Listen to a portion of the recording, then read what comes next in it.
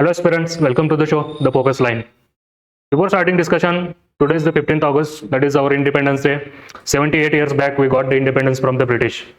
After decades of exploitation, the oppression, we got the independence. Today, after 78 years, we stand as a fourth largest economy, one of the fastest growing economy, leaving our colonizer, that is Britain, behind only. Also, there are some socio-economic issues that we are facing, but we must take the pride the what we have achieved in this last 78 years. So we'll start our discussion now. Today in the discussion, we are going to see the federalism. The federalism, because this is the article that came in the Hindu, written by the Honorable Chief Minister of the Tamil Nadu, that is M.K. Stalin. So he talks about the federal balance is the key for democracy indicator. So before going to seeing the actual what he has written, we'll just discuss about the federalism and the democracy. So when it comes to the India's federalism, it is considered as asymmetrical federalism, and it is very crucial to for Indian democracy, because India is the one of the country which harbors the tremendous diversity, still believes on unity, that unity in diversity. So to survival of this country with the diversity, the federalism is the must. And keeping in this mind, our founding fathers have come with the unique federalism that is widely recognized as cooperative federalism. So now we'll start the discussion what he has written in this particular article. He has written about the historical developments about the federalism, what are the present challenges. Also, he lobbied for the strong federalism in the for present situation. So when it comes to the federalism,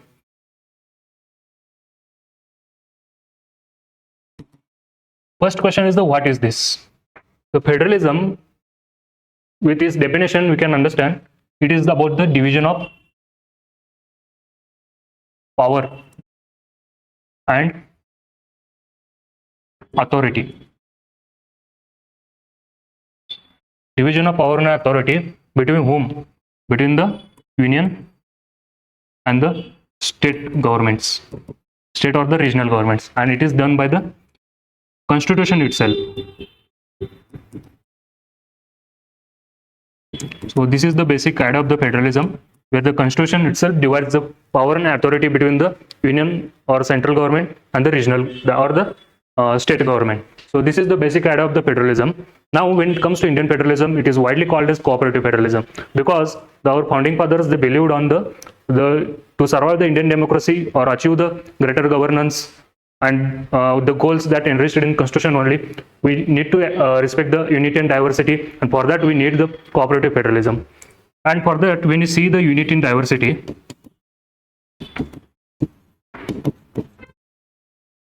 this particular word, that phrase, that widely used for to one of the feature of India as a nation. So even the constitution also, when it comes to federalism, it try to balance this one. When it comes to unity, the article 1, which talks about the nature of Indian state, talk about the India, that is Bharat, it is a union of state. It not tells that it is the federation of the state, it is union of the state. The first article itself talks about the unity.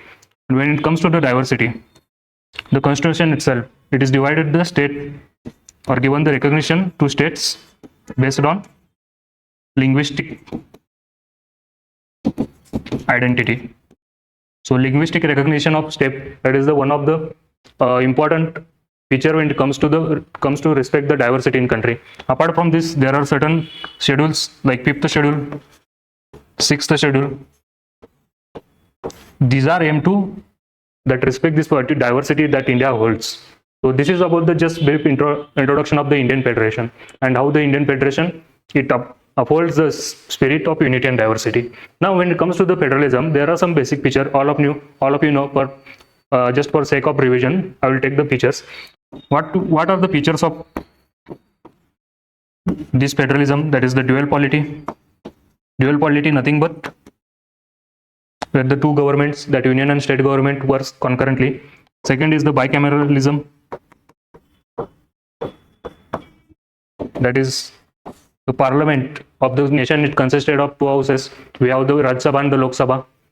Apart from this, the important feature is that independent judiciary. There is, student will get confused here.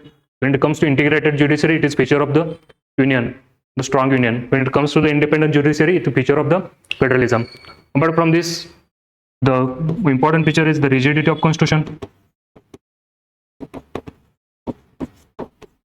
because constitution cannot be changed at will of the union itself.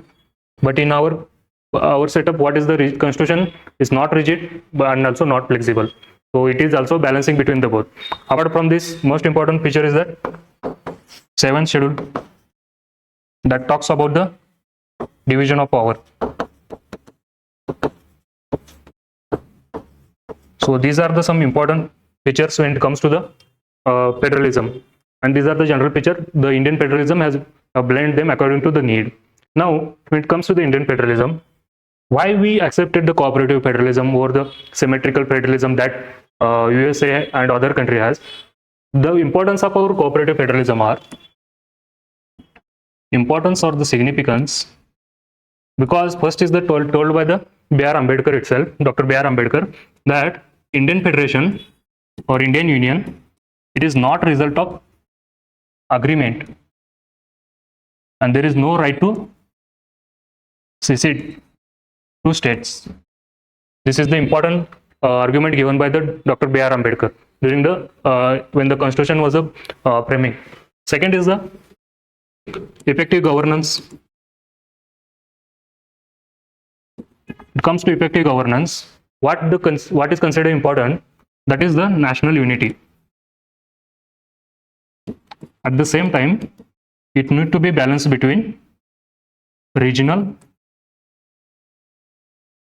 autonomy. So, to balance these two aspects, what is the ideal for this? That is the cooperative federalism.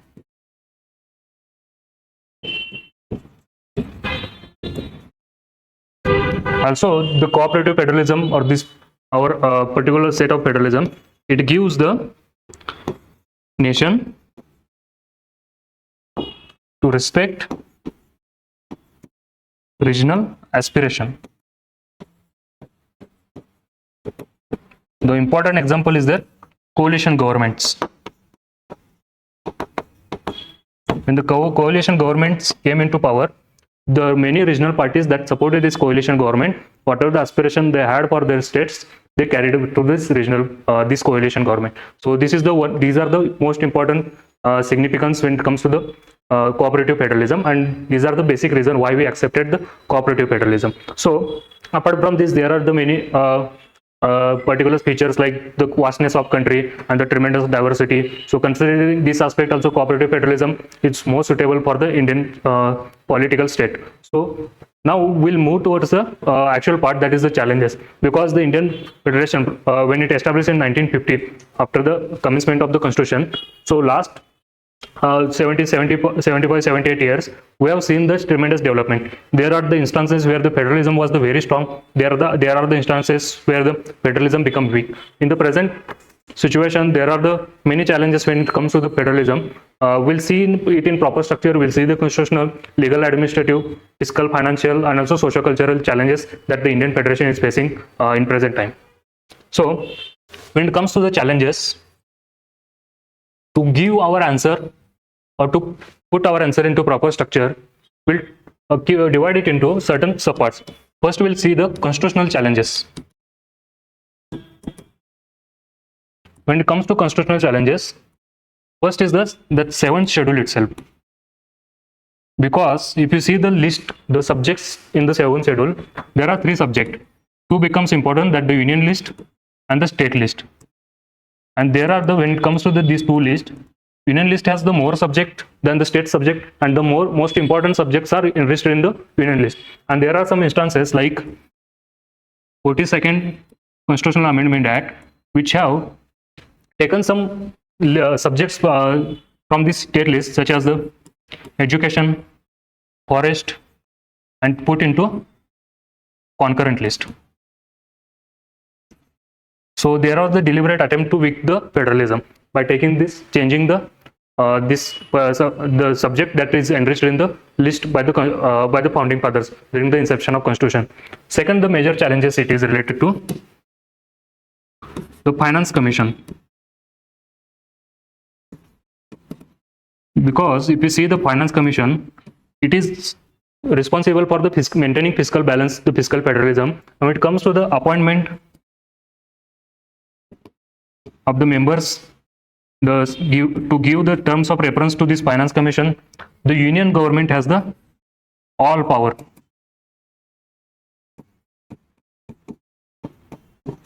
And that only the very base of the fiscal federalism, because of this aspect, comes under the trait. So this is the another important challenge. Apart from this, another important challenge is the Article 356, which deals with the precedent rule. When it comes to the precedent rule, there are deliberate attempts to impose precedent rule, particularly state rules by the opposition. So these are the attempts that have been made. You can take the example of Maharashtra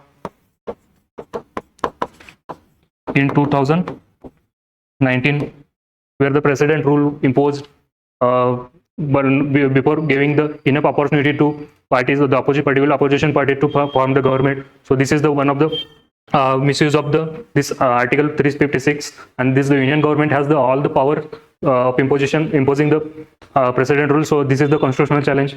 Then another constitutional major challenge is the representation in Rajya Sabha.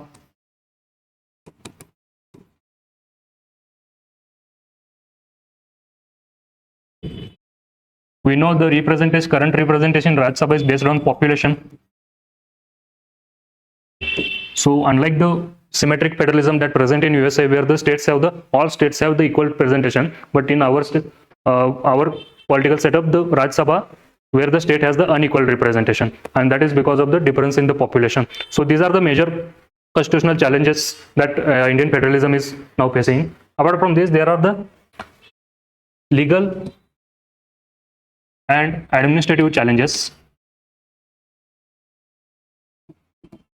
So when it comes to the legal and administrative challenges, first major challenge is the laws brought by the union government. So if you would have seen the developments in last 4 or 5 years, we'll take some recent examples. There was the law brought by the union government, that was the Farm Bill, where the agriculture comes in the state list till the union government brought this particular bill, okay, by the interpreting the union list. So that was the direct threat to the state list. Also, the laws like GST, which brought the one nation one tax, that also created the legal and administrative challenges when it comes into devolution of revenue, and also devolution of the authority between the state government official and central government official. So these are the major legal administrative challenges. Second is the evergreen challenge, that is the control over this all India service. Recently, if you are reading the newspaper from in last 2 days, then you would have come across the news from the West Bengal, where the West Bengal CM has taken oath to protect her state officials against the union government. The recent example is that the West Bengal Chief Secretary summoned by the Election Commission to give certain reasons to present before the Election Commission, and that was opposed by the West Bengal government. So these are the challenges when it comes to the control over this all India service. Another challenge is the deployment of forces in the states, and example from the state same only, West Bengal. In 2022, if I'm not wrong, there was the election for tier 2, tier 3 governments. So that time the central has deployed these forces, central forces into West Bengal without recommendation or without consulting the state government. So that created major administrative issue. The state police force and the central forces confronted each other. So that was one of the challenges. And also, when it comes to the legal and administrative challenge, precedent rule, this is another challenge, because that time the state government goes under total control of union government. So this is the one major challenges when it comes to legal and administration. Apart from this, the major challenges related to schemes and policies. You are aware about the division between the scheme. that is we'll see in the financial fiscal challenges. But when it comes to the implementation of scheme, central government keeps certain conditions while implementing, like be it on the name, related to name, or documentation related. So one of the example that we are taking the reference of this article written by the M.K. Stalin. So he has mentioned the example of the PM Sri, this scheme that is creating administrative challenges because of the center is coming with the certain condition. So these are the administrative and legal challenges. Apart from the one challenge that comes from the judiciary itself, because many times judiciary favors the union. That is the allegation put on the judiciary when it comes to there would be debate on the this federalism. There is one example during COVID-19. This judiciary interpreted Disaster Management Act and uphold the action taken by the central government under the Disaster Management Act, despite the state having the specific power. So these are the legal and administrative challenges when faced by our federalism. Next is the economical or the fiscal challenges. When it comes to the economical fiscal challenges, most important is the division of revenue.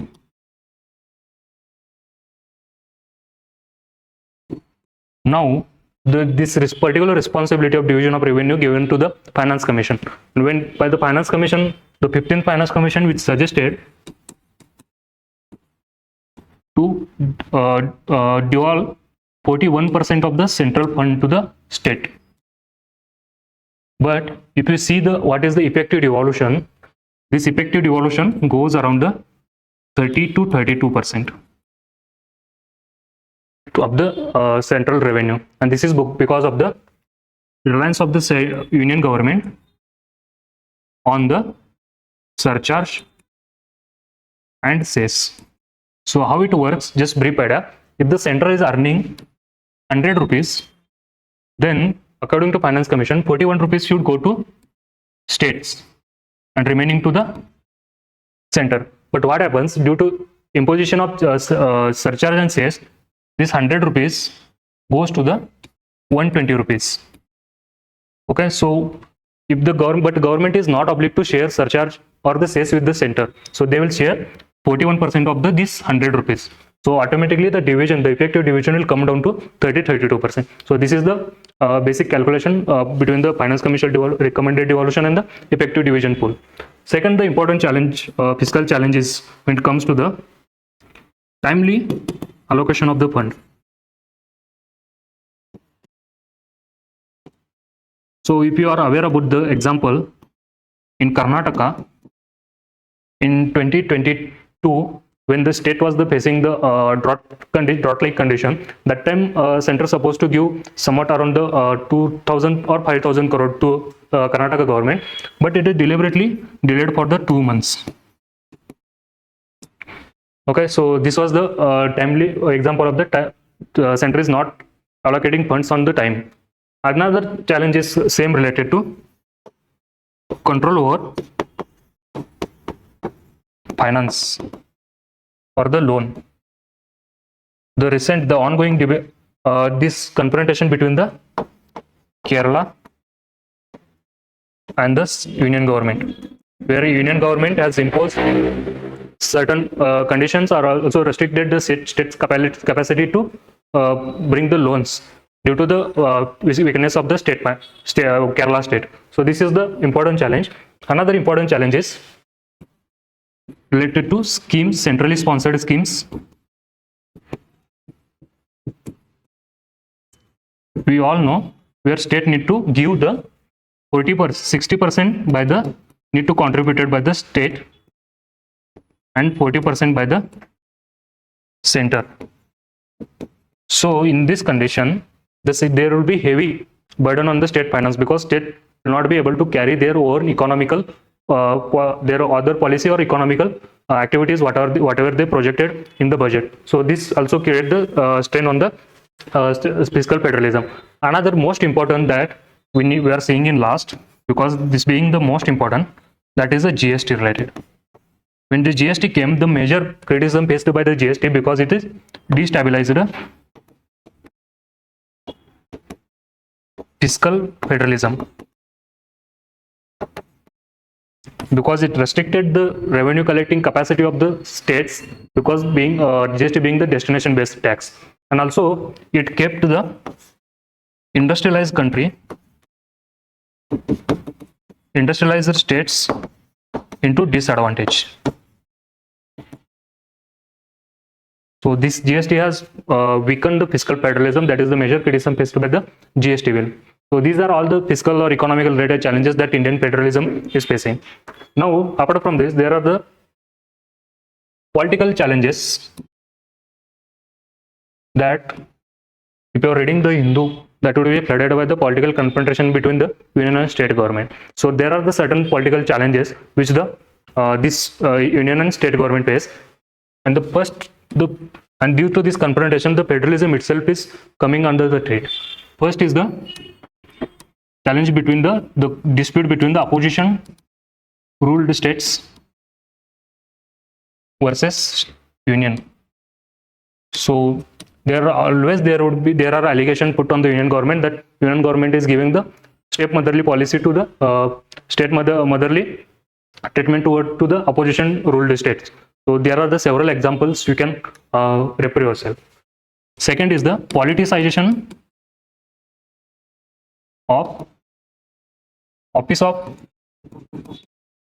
governor. Even presently it is said that the appointment of governor to the role of government all under that did after considering all the political aspect. So the example of this one, Tamil Nadu government, Tamil Nadu state, because every day there would be new issue where the Tamil Nadu government and the Tamil Nadu governor will confront each other. Also there was when in West Bengal also, their West Bengal government has governor created one war room to keep eye on the law and order. Despite the law and order comes under the state government's prerogative. So these are some challenges faced by the federalism because of the politicization of office of governor. Third major challenge is that the widely used term as double engine government or double engine sarkar, because the constitution has recognized the independent existence of the states. And what is the particular phenomena that double engine government is doing? It is keeping the union at front, at lead position, and state behind it. So it is creating the hierarchy where the union is top and state is at its down. But if you see the constitution, the constitution or the interpretation by the Supreme Court, that states, union and states are not in core peripheral relation. They have the independent existence, and this phenomena directly putting challenges to the cooperative federalism. Another important challenge is that from the political perspective, apart from this double engine, the politicization office of governor and opposition ruled state, that is faced by the misuse of the central authority.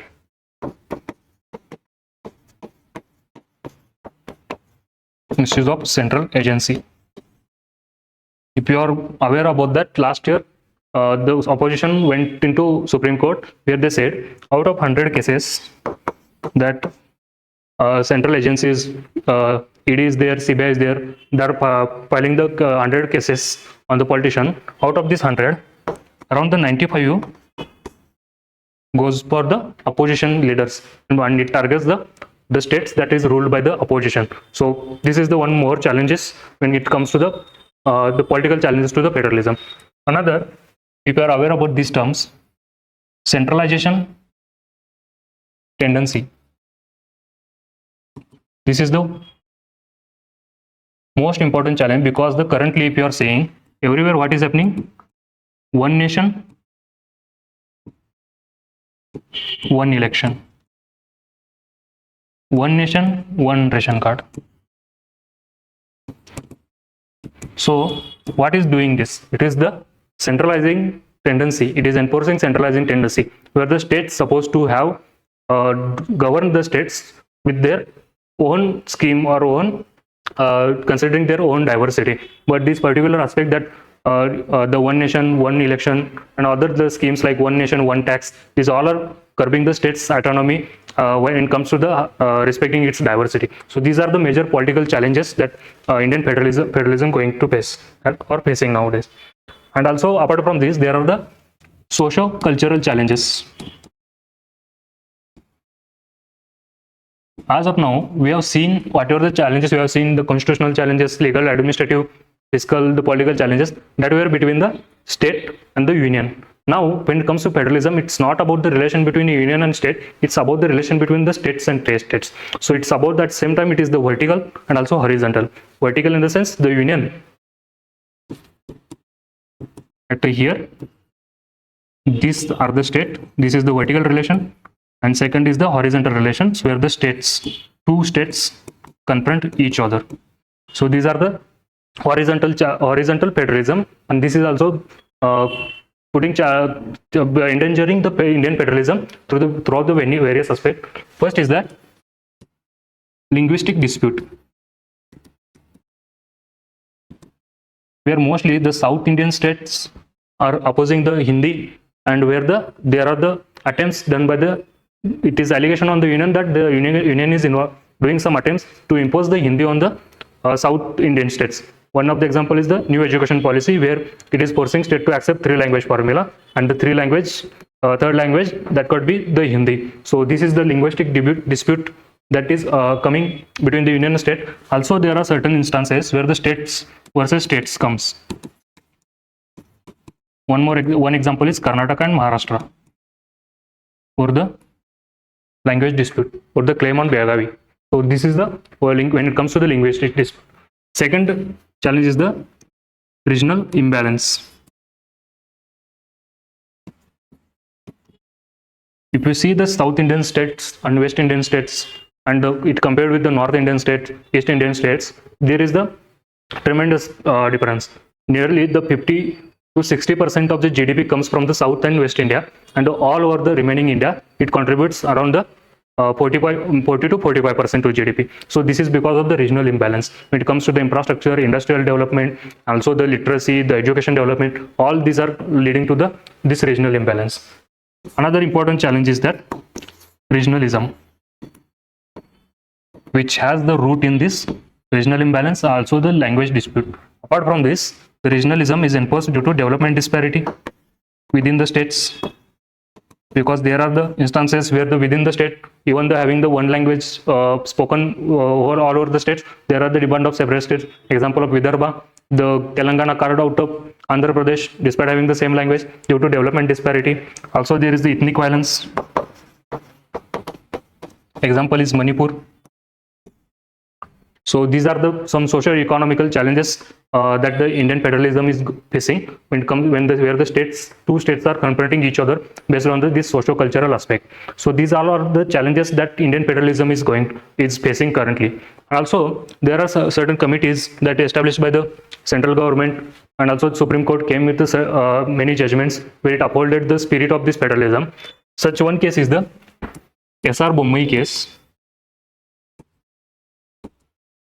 where it considered federalism is the basic structure of constitution. So this is one of the significant interpretation or the Supreme Court case when it comes to the preserving the federalism. Apart from this, there are the commission, which first is the Sarkaria Commission. This commission is very important because these commissions, the recommendations are not meant to weaken the union or not reducing the regional autonomy. So this recommendation given by the Sarkaria Commission, it is balancing between the national unity and regional autonomy. So these are the recommendations that center and state needs to adapt, and also not in substance, in spirit also. So there we'll see the certain recommendation, the major recommendation. First is about the precedent rule, where it says the precedent rule should be last resort. When there is no chance to form the government, that time only precedent rule should be imposed. Not in just because of the union, the party in the union ruling at a union is not able to form the government, it doesn't mean they should impose the precedent rule. So this is the crux of this one. Second is that precedent, when the bill is given for precedent assent, and assent is pending, then president must give the reasons to the state. So this is the most important recommendation.